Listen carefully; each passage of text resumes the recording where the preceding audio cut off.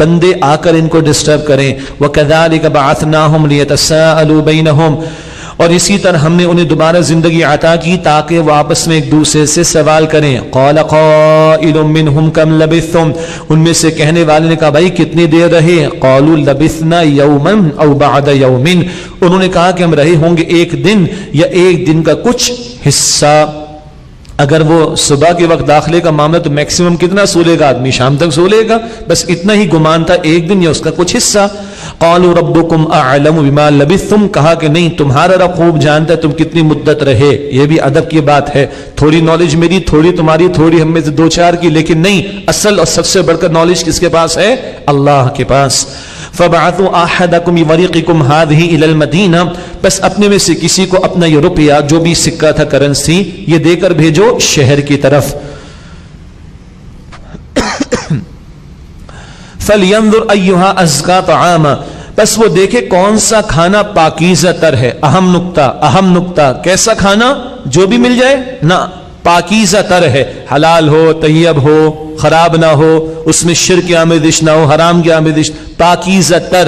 اہم نکتہ پاکیزہ تر.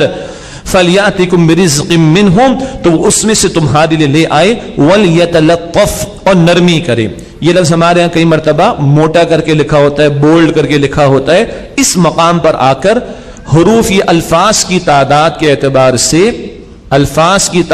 اعتبار سے قرآن حکیم بالکل نصف ہو جاتا ہے. اور مصحف میں ایک عبارت بھی لکھی ہوئی ہوتی حاشیے پر, مگر وہ عربی میں ہوا کرتی. نرمی کرے کیا مطلب؟ دیکھو ہم تو قوم کو چھوڑ کر آگے, اب ان کا خیال کیا؟ وہی قوم ہے ابھی تو ہمارے دشمن ہوں گے, ذرا خیال کرنا, کسی لڑنا بھیڑنا مت, اور بس اپنا کام کر کے اچھا کھانا لے کے واپس آنا. وَلَا يُشْعِرَنَّ بِكُمْ أَحَدًا, کسی کو تمہاری خبر نہ دے بیٹھے. إِنَّهُمْ إِن يَظْهَرُوا عَلَيْكُمْ يَرْجُمُوكُمْ أَوْ يُعِيدُوكُمْ فِي مِلَّتِهِمْ, بے شک اگر وہ تمہاری خبر پالیں گے تو تمہیں سنگسار کر دیں گے یا تمہیں اپنی ملت میں لوٹا لیں گے. وَلَن تُفْلِحُوا إِذًا أَبَدًا, اور اس صورت میں تم ہرگز کبھی بھی فلاح نہیں پا سکو گے. یہ اہم نکتہ. خطرہ کس بات کا ہے؟ ہم ان کی ملت میں نہ چلے جائیں, ہم ناکام نہ ہو جائیں. خیال رکھنا یہ اپنی ملت, اپنے دین میں ہمیں دوبارہ کھینچنے کے لیے زور نہ ڈالیں, ورنہ تو ہم کبھی فلاح نہیں پا سکیں گے. ازکا, پاکیزہ کھانا, فلاح, آخرت کی فلاح, یہ ان بندوں کی فکر ہے اصل میں. فرمایا وَكَذَلِكَ أَعْثَرْنَا عَلَيْهِمْ, اور اسی طرح ہم نے لوگوں کو ان پر خبردار کر دیا. کیا ہوا؟ یہ شخص گیا سکہ لے کے, کپڑے پرانے وہی والے, لوگوں نے دیکھا بھائی یہ کیا عجوبہ آ گیا, یہ کیسے کپڑے پہن کر آیا, یہ کون سا سکہ, کیا ہے؟ پوچھ گچھ کی گئی, اس کو پکڑ بھی گیا ہوگا, چلو تم بتاؤ کہاں سے آئے ہو.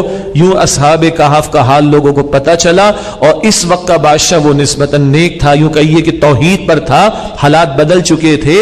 اور ایک اور اہم معاملہ جیسے کہ میں نے ابتدا میں عرض کیا تھا کہ لوگ آخرت کے بارے میں, مرنے کے بعد دوبارہ زندگی کے بارے میں شکوک و شبہات کا شکار تھے, وہ بھی ازالہ ہو رہا ہے. لِيَعْلَمُوا, تاکہ لوگ جان لیں, أَنَّ وَعْدَ اللَّهِ حَقٌّ, کہ بے شک اللہ کا وعدہ حق یعنی سچا ہے. وَأَنَّ السَّاعَةَ لَا رَيْبَ فِيهَا, اور یہ کہ قیامت کے اس کے بارے میں کوئی شک نہیں ہے. إِذْ يَتَنَازَعُونَ بَيْنَهُمْ, یاد کرو کہ جب بینہم امرہم, یاد کرو جب وہ لوگ ان کے معاملے میں آپس میں جھگڑنے لگے. یہ دریافت تو ہو گیا اصحاب کہف, سب کو غار سے لے لیا گیا. اس کے بعد اللہ نے طبعی موت ان پر طاری کر دی, دکھا دیا گیا اللہ ایسے اپنے بندوں کی حفاظت کرتا ہے, اور دکھا دیا گیا کہ ایسے اللہ مردوں کو دوبارہ زندگی دینے پر بھی قادر ہے. یہ عقائد لوگوں کے درست کرنے کے مشاہدات کرا دیے گئے. اب لوگوں میں اختلاف کیا ہوا؟ فقالوا بنوا علیہم بنیانا, تو انہوں نے کہا کہ ان پر ایک عمارت بناؤ, کوئی یادگار بنا لو تاکہ یادگار کو دیکھ کر لوگ ان کو یاد کریں. بڑے پیارے لوگ تھے, نیک لوگ تھے, استقامت والے تھے, صبر والے تھے, اللہ نے رحمت فرمائی تھی, یاد تازہ رہے گی.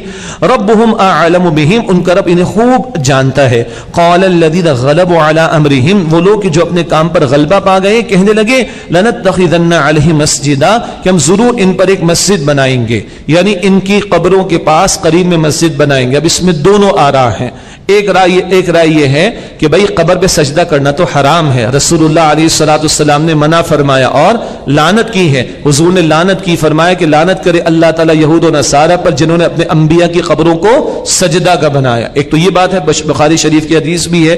ایک رائے کہ نہیں, ان کی قبروں پر نہیں, اس کے قریب جو ہے وہ مسجد بنائی جائے, مسجد میں اللہ کا ذکر ہو, اللہ کی یاد تازہ ہو, اور ان کا بھی کوئی ذکر ساتھ ساتھ ہوتا رہے. یہ دو آراء ہیں.